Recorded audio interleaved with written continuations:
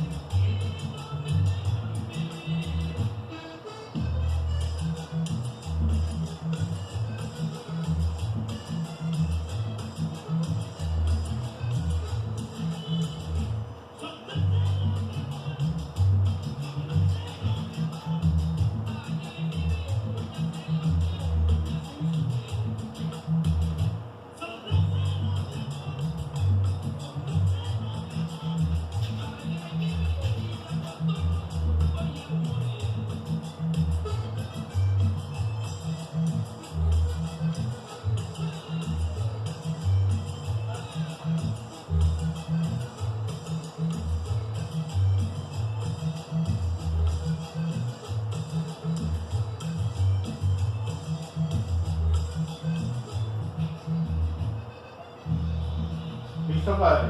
¿Listo? 3, 2, 1. Señor Dios, ayúdame a decir la verdad delante de los fuertes y a no mentir para no ganarme el aplauso de los débiles. Si me das fortuna, no me quites la felicidad. Si me das éxito, no me quites la humildad. Si me das humildad, no me quites la dignidad. Si ofendo, dame valor para disculparme. Si me ofenden, dame valor para perdonarlos. Señor Dios, si me olvido por momentos de ti, tú nunca te olvides de mí.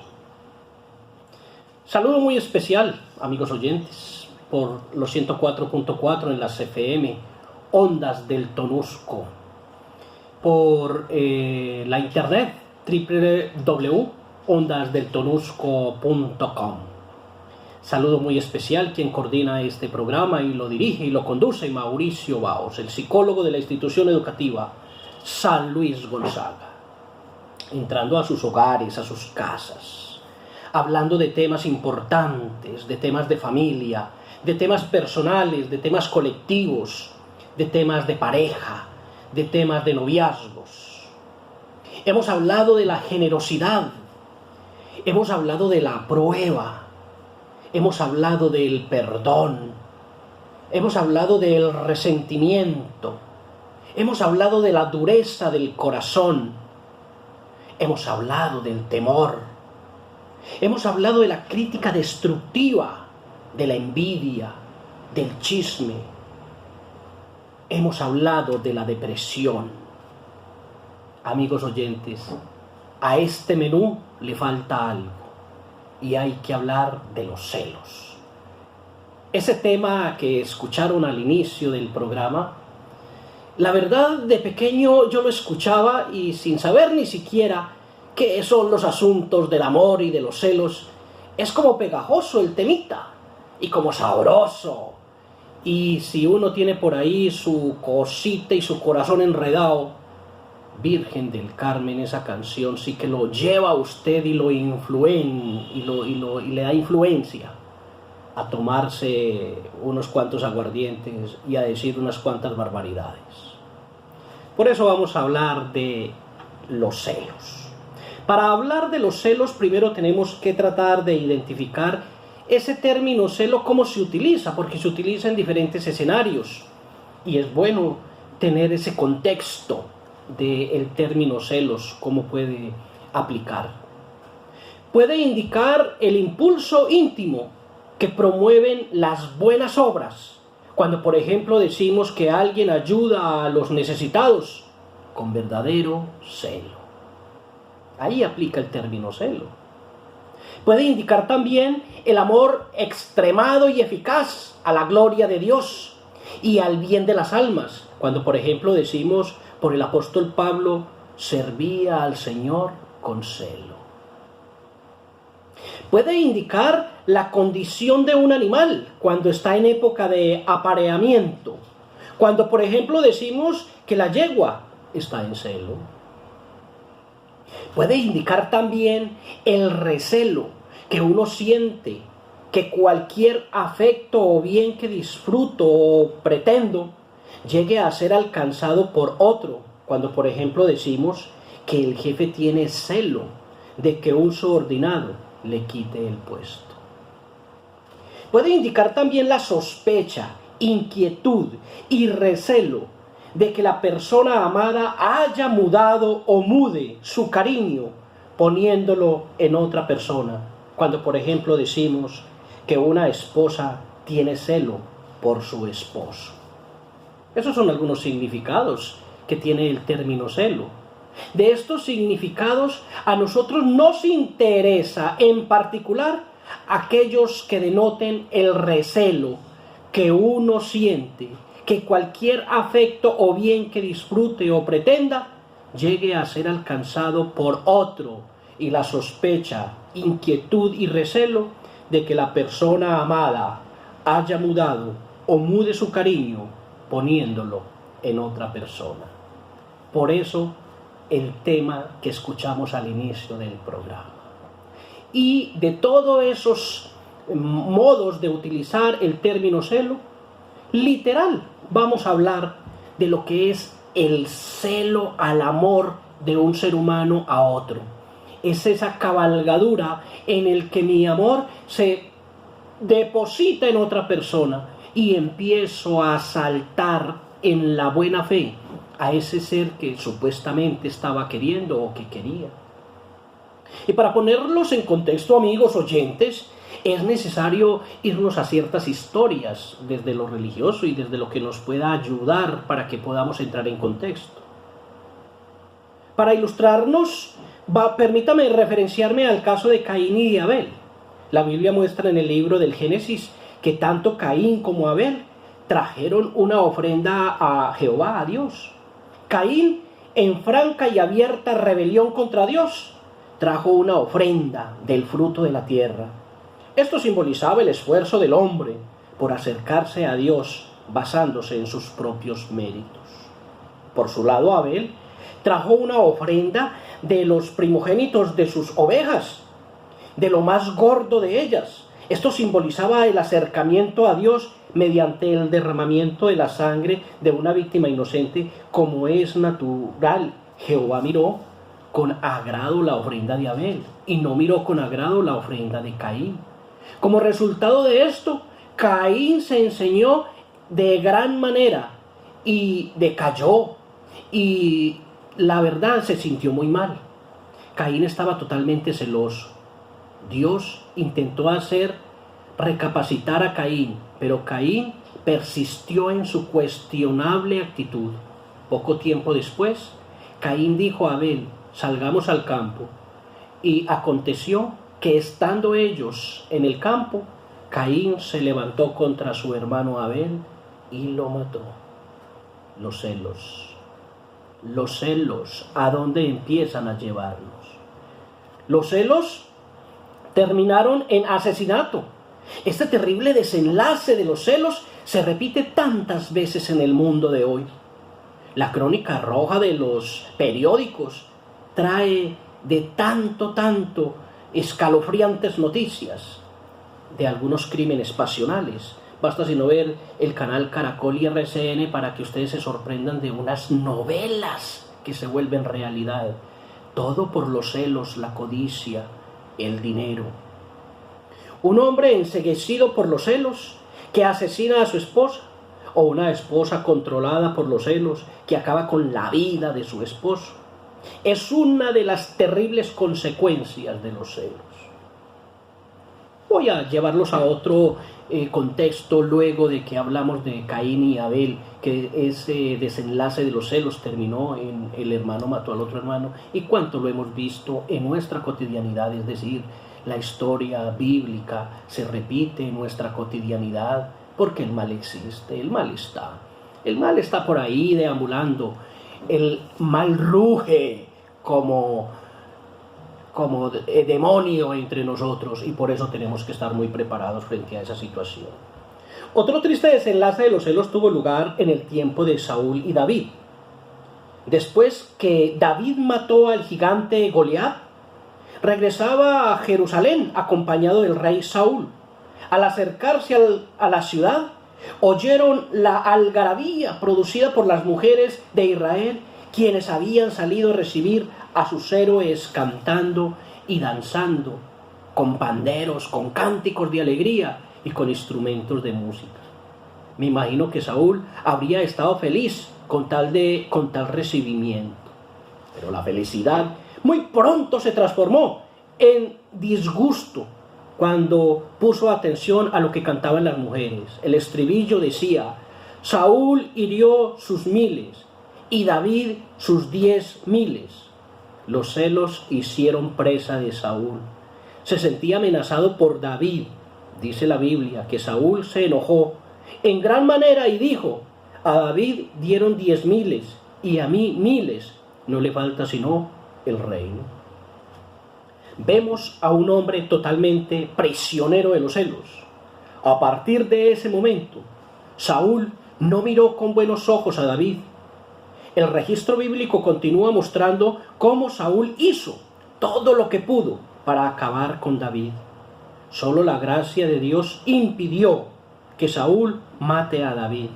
Lamentablemente, fue Saúl años más tarde quien terminó sacrificando su vida en el altar de los celos. Así pagan los celos a sus víctimas. Es peligroso dejar que este problema anide en su corazón. Ahora bien, ¿cómo es que una persona se vuelve celosa? Bueno, tanto el caso de Caín como el caso de Saúl, el problema se originó en la pésima relación que tenían con Dios. Es decir, Caín y Saúl eran unas personas alejadas de Dios, o no lo aceptaban con un corazón puro, y eso es lo que origina los celos. Por eso la gente celosa tiene que estar cerca de Dios para que esto no termine en situaciones difíciles. Amigos oyentes, ambos casos había un egoísmo muy marcado en sus corazones. El egoísmo es el excesivo amor hacia uno mismo. Escuchen muy bien. El egoísmo es el excesivo amor hacia uno mismo. Caín pensaba que nadie más que él tenía derecho a gobernar. Saúl pensaba que él era el mejor del mundo y miraba mal a todo aquel que lo superara en algo.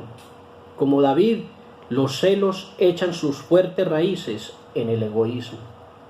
Si usted es una persona muy celosa, escudriñe su corazón, porque de seguro allí habrá un problema de egoísmo.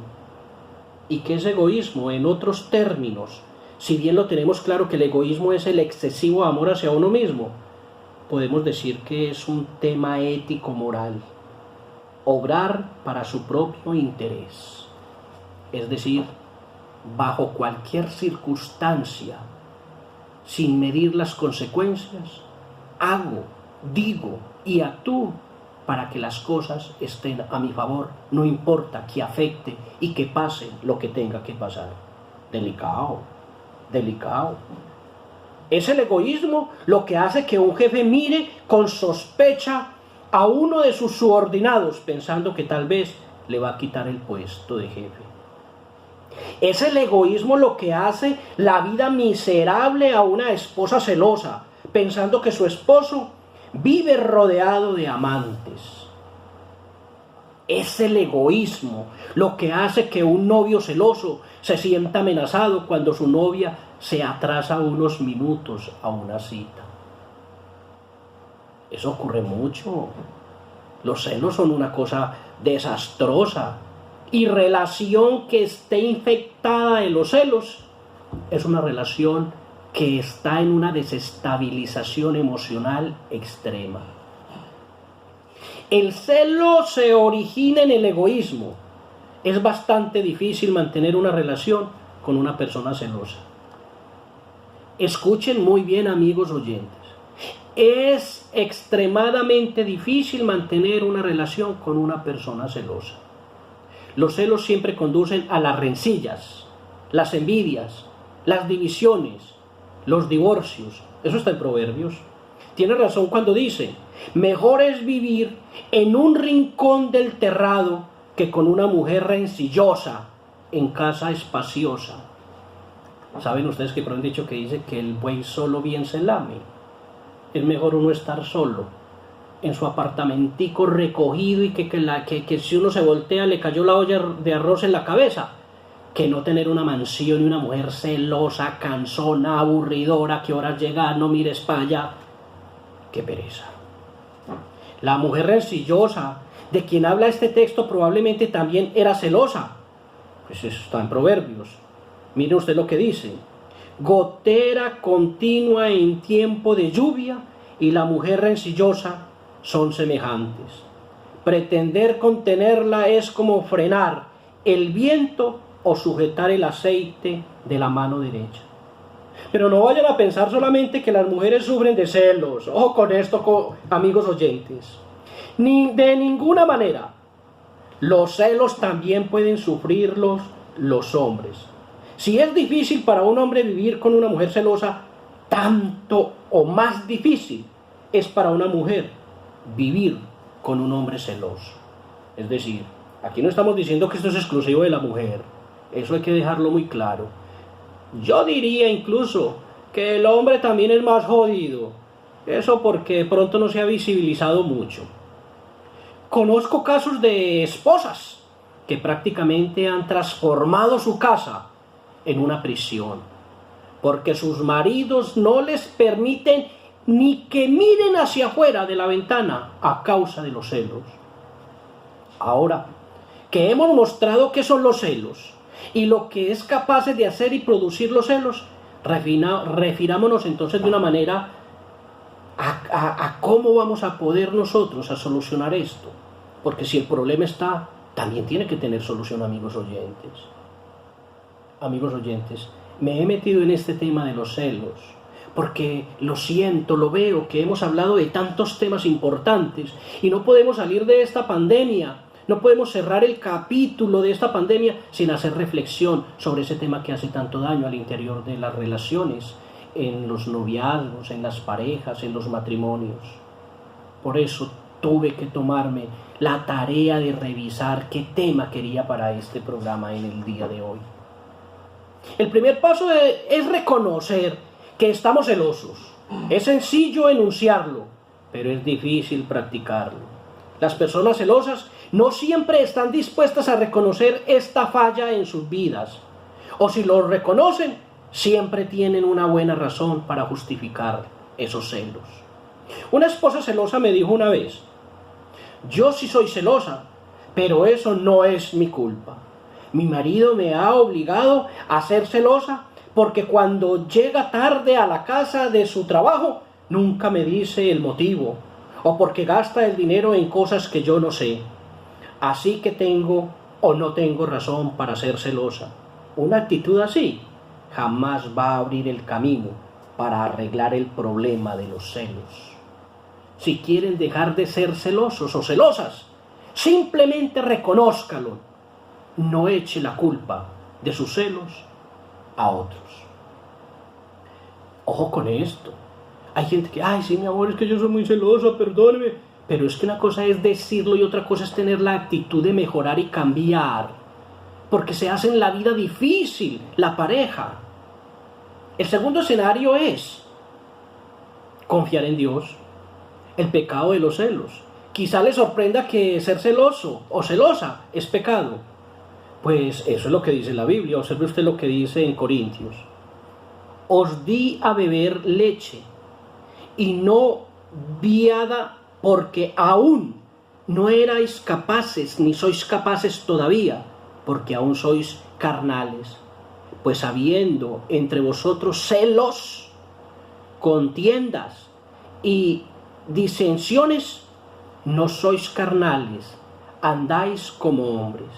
Estas palabras fueron dirigidas por el apóstol Pablo a los creyentes de Corintio. Interesante, ¿no? Lo que estaba pasando entre estos creyentes.